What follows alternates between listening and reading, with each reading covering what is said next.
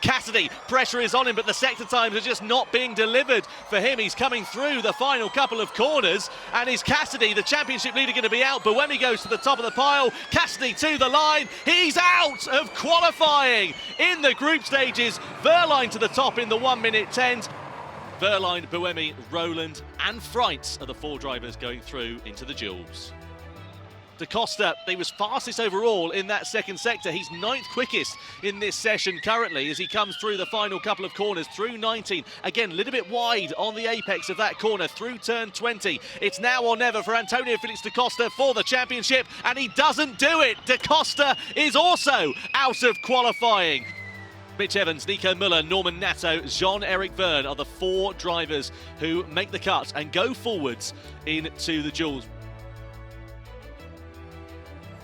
Rowland and Buemi, 2 ex-teammates. Out of the final turn for Rowland, what's the score on the door going to be? It's a 1:10.999, so just into the 110s then for him, but Buemi's looking pretty handy here in the Envision. Out of the final corner he comes across the line, and he's done it. He knocks out Oliver Rowland and goes through into the semi-finals. Over to quarter-final 2 then, the next of the Envisions, Robin Freitz versus Pascal Verline.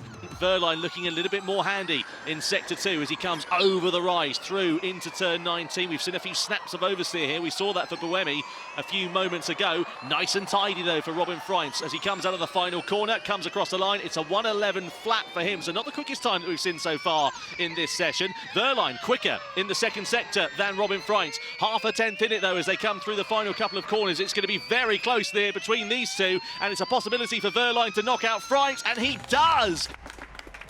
Quarterfinal 3, Norman Nato versus Nico Müller. You see Nato there fighting the wheel as he came through 19. What's it going to be for him as he comes over the line? A 1:10.889, not bad at all. Not the quickest lap time, but not the worst as he comes through. Nico Müller has got a bit of a job to make up after dropping time in that second sector. Out of the final corner comes Müller, and Nato has done it. He will go forwards into the semi-finals. Jean-Eric Verne versus Mitch Evans. DS Penske versus Jaguar. Evans again faster in that second sector, 3.5 tenths the advantage sits now as Verne comes to the line, a 1:10.652, so a handy lap time there for Jean-Eric Verne in the DS Penske, but Evans has pulled out half a second. This is an absolute worldie from Mitch Evans as he comes out of turn 20 across the timing line. This is going to absolutely obliterate Jean-Eric Verne, a 1:10.283. That's one of the quickest times that we have seen this weekend. In the semi-finals, we'll see Verline and Buemi, Norman Nato versus Mitch Evans going head-to-head. So, semi-final 1 then, Pascal Verline, Sebastian Buemi.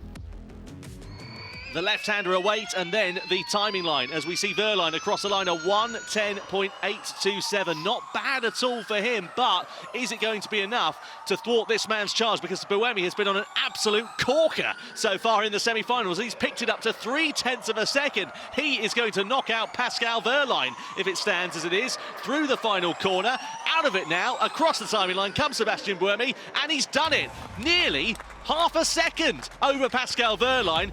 Semi-final then, Norman Nato versus Mitch Evans.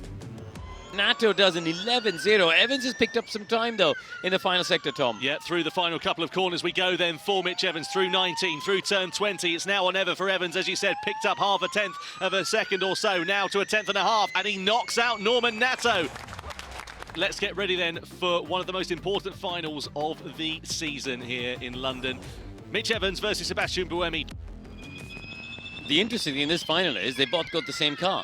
They both got a car which rotates well, and that, as I've been saying all through the weekend, is the strength of the Jaguar package. So Buemi's lap is just unfolding there. We get through the first 4 corners. Evans at 24.8 is a pretty good first sector. Yeah, not bad at all there for Evans. Right up against the wall out of turn 9, then through the chicane.